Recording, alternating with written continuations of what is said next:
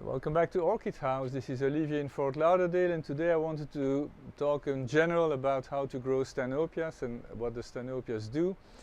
Stanhopeas are New World orchids, so basically they come from the Americas, and the biggest concentration is in Colombia, Peru and Ecuador, and also Central America with Costa Rica, Panama and Mexico as being an area where you find several species.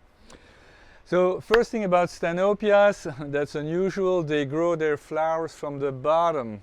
So they never grow up, they go from the bottom of the bulb into the medium. And so you always have to grow Stanhopeas in open baskets.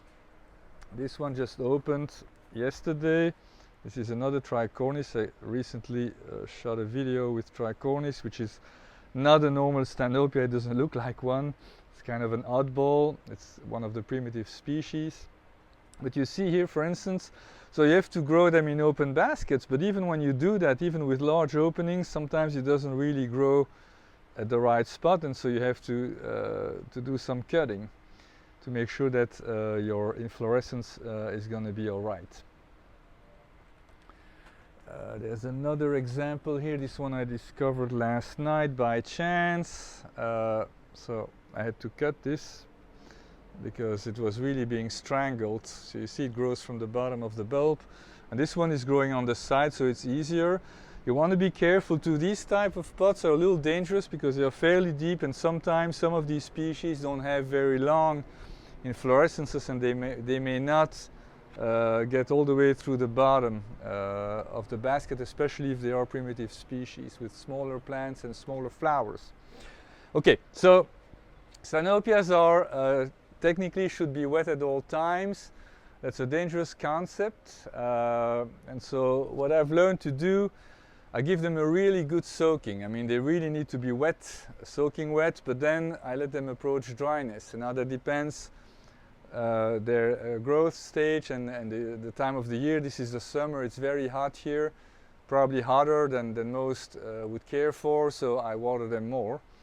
But if you have a plant that's not growing, doesn't have any new growth, or has a very tiny new growth, that's where I'm a little bit careful and I let them get a little drier than normal.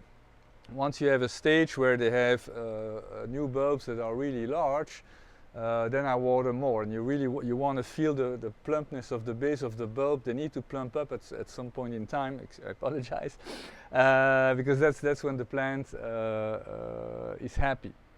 So I grow them in a medium that's made of 40% bark or chiata bark, if possible, 20% sphagnum moss, 20% perlite / sponge rock, so something inert, and then 20% charcoal.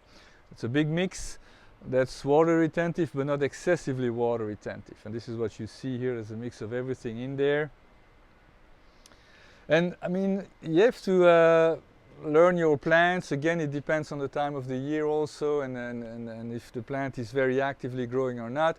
The thing with Stanhopeas, these are extremely eager growers. Even a small plant can bloom, not always, but sometimes, and even a small plant with maybe 4 bulbs will have 4 new growths. Now, it doesn't mean that all growths will mature, because usually they don't have enough energy to bring them to maturity, but they will try. So I have an example here, Stanhopea embrae, which is a plant that actually grows drier than others. You see you have 1 new growth here, there's another one there, there's a 3rd one here, 4th, this is already more advanced, 5, a smaller one here, 6, and then there another one. So I mean, this is crazy. It's not a big plant, and yet it's growing very fast. So that's the beauty of Stanhopeas. Orchids typically, they are very lazy, they are very slow. These guys are fast grower and eager growers. The only issue, these beautiful flowers, they only last 2 or 3 days, and that's a problem. But if you have a very mature plant, you can have lots of spikes at the same time, and some of them will bloom more than once. Now, this is the peak season for blooming. Most of them bloom over the summer or late spring, early fall. Others will bloom year round, sometimes in the winter, but really the majority will grow at this time of the year in the summer. Now this, I've put here a few plants that I wanted to talk about as an example, but basically in terms of light, Stanhopeas are either shade or low light plants. Their leaves burn very quickly.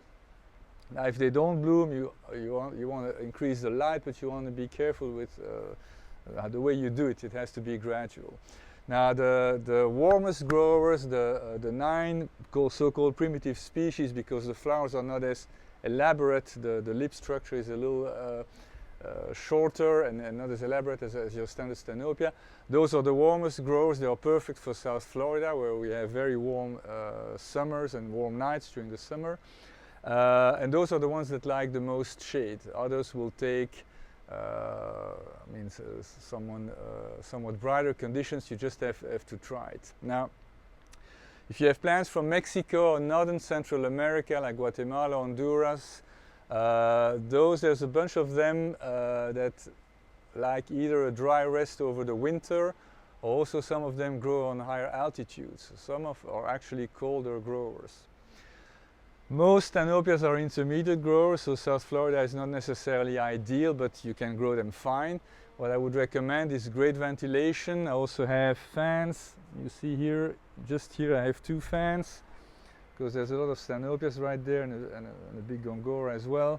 And that's just to lower the temperature. Right now, this time of the year, especially at night, it's a little too warm for them. The other thing is that because these plants are constantly wet, they develop fungal diseases on their leaves. So it's not easy to have Stanhopeas with perfect leaves. I pride myself in having a clean collection. I try to have very good leaves in general, but you see this is not good at all. So it's unfortunate, but that's pretty typical of Stanhopeas. And what else do I want to tell you? I think I've covered most of that. So fertilizing, yeah. So these are hungry plants, just right up there like the Vandas. So over the summer I fertilize them twice a week. I always use a weekly, so weak dose, not a strong dose, like half the recommended dosage on the package, because you don't want to burn them, but they need that. And especially since I told you they are very eager growers, they grow fast. Well, you need some fuel to that, and so the fertilizer is gonna give you that. So that's it. So again, Tricornis, like I said, I had another video very recently. This is a plant that was given to me by a friend. He was moving, and it had no tag. It was a no ID plant, and so I'm like, okay, this is exciting. I may have something special. The problem with no ID Stanhopeas is that they are not easy to identify, because identification of Stanhopeas is quite elaborate. This is an easy one. Tricornis is so unique that there's no doubt about the identity. The problem is I already have it, but that's okay. So you see, this is a nice plant. It has a nice size, so hopefully maybe a year from now I may have several spikes at the same time, and it's going to be very attractive.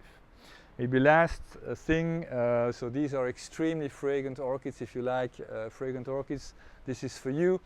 A plant can, the fragrance can carry away 10 or 20 feet sometimes. It depends on if there's a wind or whatever, but it's extremely powerful. And there's different types of fragrances. The description thereof is not always easy. It's very subjective. But there's also sometimes one way to identify a Stanhopea. So I think that's it for today. Thank you very much for tuning in. I hope you give these guys a shot. These are very special plants, beautiful, like I said, eager growers. So forget about the fact that the flowers don't last too long. That's only one little drawback. You have a good day, and I'll see you next time. Bye-bye.